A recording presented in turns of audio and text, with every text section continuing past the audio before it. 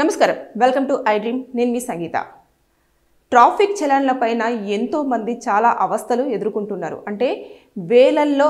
Fine వేయడంతో అది కట్టలేక కొంతమంది ఇబ్బందులు పడేసి తప్పించుకొని ట్రాఫిక్ పోలీసులు ఎక్కడైనా ఉన్నారనుకోండి అమ్మ బండి మీద చలాన్స్ ఉన్నాయని చెప్పేసి తప్పించుకొని మరి తిరుగుతూ ఉంటారు అంటే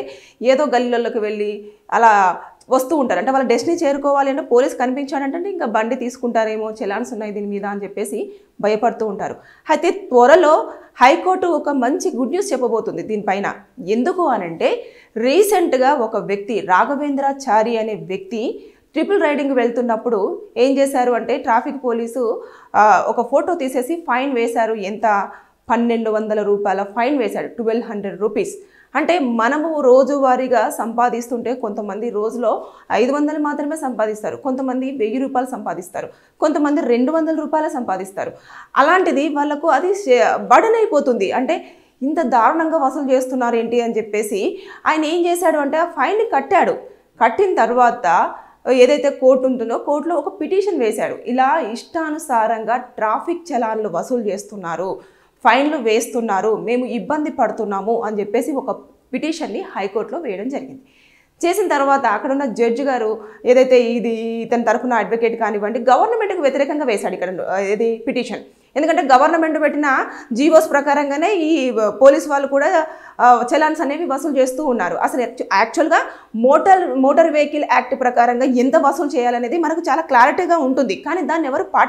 పాటించకుండా గవర్నమెంట్ ఏదైతే డిసైడ్ చేస్తుందో ఆ ఫైన్ని తీసుకోవడం అనేది జరుగుతుంది అంటే 100,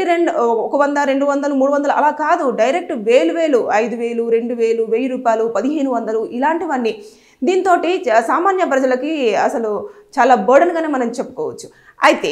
ఏం చేశారంటే ఇతని తరఫున ఎవరైతే ఉన్నారో రాఘవేంద్రాచారి తరఫున ఉన్న అడ్వకేటు అదేవిధంగా ఇప్పుడు గవర్నమెంట్కు వ్యతిరేకంగా కదా వేసింది అందుకోసం అని చెప్పేసి పీపీ గారు ఇద్దరు వాదనలు విన్న తర్వాత జడ్జి గారు ఒకటే సూటిగా క్వశ్చన్ వేయడం జరిగింది అదేంటంటే యాక్చువల్గా మోటార్ వెహికల్ యాక్ట్ ప్రకారంగా ట్రిపుల్ రైడింగ్కి ఎంత ఫైన్ ఉంది అని చెప్పేసి ఒక డైరెక్ట్ క్వశ్చన్ వేస్తే 100 నుంచి 300 లోపు అంతే అంతవరకే చూపిస్తుంది అన్నట్టు అంటే 100 to 300 రూపీస్ మాత్రమే అందులో రాసింది అయితే మరి అంత ఉన్నప్పుడు ఇలా 1200 రూపాయలు వేయడానికి గల కారణాలు ఏంటి ఎందుకు వేశారు ఈ యాక్ట్ని ఎందుకు ఫాలో అవ్వడం లేదు గవర్నమెంట్ ఇష్టానుసారంగా మీరు జీవోలు ఇష్యూ చేసుకొని మీరు ఫైన్లు కేటాయించుకుంటే మరి ఈ యాక్ట్ని ఎవరు ఫాలో అవుతారు అందుకోసం అని చెప్పేసి మీరు ఏం చేయాలంటే వారం రోజుల్లోగా మాకు ఏదైతే కోర్టుకి పూర్తిగా నివేదికను సమర్పించండి ఎందుకు వేయాల్సి వచ్చింది మామూలుగా ఇక్కడ 100 నుంచి 300 లోపు అదే ఎక్కువ మేజర్ 300 రూపీస్ అనేది ఇంకంతే లాస్ట్ అన్నట్టు అలాంటిది మీరు 1200 రూపాయలని ఏ విధంగా వేశారు దే బేస్ మీద వేశారు ఏ యాక్ట్ ప్రకారంగా వేశారు అనేది వారం రోజుల్లోగా నివేదిక ఇవ్వాలని చెప్పేసి చాలా క్లియర్గా మెన్షన్ చేయడం జరిగింది అది రీసెంట్గానే జరిగింది అయితే ఇప్పుడు చూసుకుంటుంటే ఇక్కడ ఈయన ఫైన్ అయితే కట్టాడు కానీ న్యాయం కావాలని చెప్పేసి మళ్ళీ కోర్టుకు వెళ్ళడం జరిగింది మనం హడావుడిగా ఉంటాము కొన్నిసార్లు చాలా వర్క్ టైం అవుతూ ఉంటుంది మనకు ట్రాఫిక్లో ఇరుక్కుపోతూ ఉంటాము ఇంకా కొన్నిసార్లు జీబ్రా లైన్ క్రాస్ చేయడం కానివ్వండి హెల్మెట్ లేకుండా ప్రయాణించడం కానివ్వండి కొన్నిసార్లు ఫ్రెండ్ అరే బాబు నేను కూడా వస్తాను అంటే ట్రిపుల్ రైడింగ్లో వెళ్ళడం కానివ్వండి సిగ్నల్ జంపింగ్ చేయడం కానివ్వండి ఇలాంటివి చేస్తున్న టైంలో ఇంకా పోలీసులు ఎక్కడుంటారో తెలియదు ట్రాఫిక్ వాళ్ళు టక్ కెమెరా తీసేసుకొని ఫోటో కొట్టేసాలే ఇంకా ఫైన్ మనకు రావాల్సిందే అది వస్తూ ఉంటుంది అంటే మనకు ఇలాంటి అవస్థలు ఎదుర్కొంటున్నారు కాబట్టి ఈ వ్యక్తి ఎవరైతే నేనైతే నిజంగానే రాఘవేంద్రాచారిని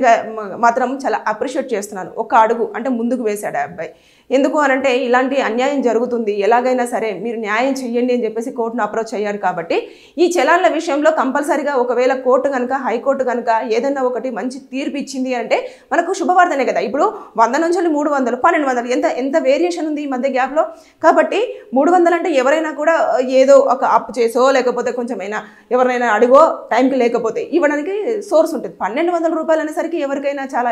ఇబ్బందికరమే కదా అందుకోసం అని చెప్పేసి దానిపైన హైకోర్టు కూడా దృష్టి పెట్టింది ఇప్పుడు నివేదిక వారం రోజులలో సబ్మిట్ చేయమంది ఒక 2 days బ్యాకే ఆర్గ్యుమెంట్స్ అనేవి రన్ అయ్యాయి సో మరి కొన్ని రోజులలో కూడా మనకు శుభవార్త వస్తుందని చెప్పేసి నేనైతే స్ట్రాంగ్గానే బిలీవ్ చేస్తున్నాను ఎందుకంటే court already motor vehicle act ప్రకారంగానే వసూలు చేయాలి కదా ఎందుకని ఎక్కువగా వసూలు చేస్తున్నారు అని చెప్పేసి క్వశ్చన్ చేసింది కాబట్టి దీని మీద వాదోపవాదనలు జరిగే అవకాశం ఉంది కాబట్టి మనకు చలాన్ల విషయంలో కొంచెం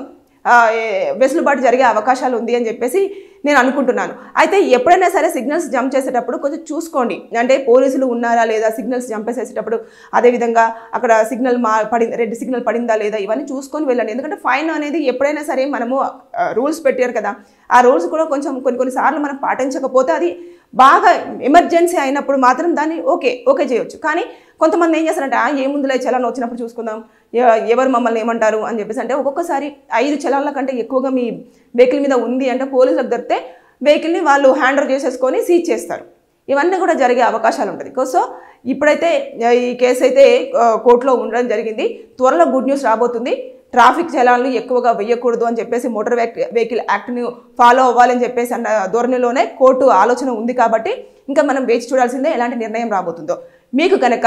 ఏమైనా ప్రాబ్లం ఉంటే లీగల్గా దాన్ని మీరు కింద కామెంట్ రూపంలో తెలియచేయండి. నేను దానిపైన వీడియో చేసి మీకు పూర్తి సమాచారం అందించడానికి ప్రయత్నం చేస్తాను. Thank you.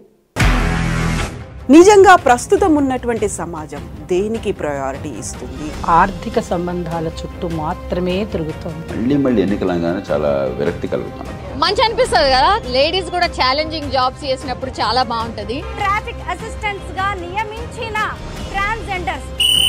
అందరితో సాల్యూట్ చేయించుకుంటున్నారు. ఫుడ్ డెలివరీ ఇవ్వటానికి వెళ్ళినటువంటి డెలివరీ బాయ్ అనిల్ పై కళ్ళ ముందు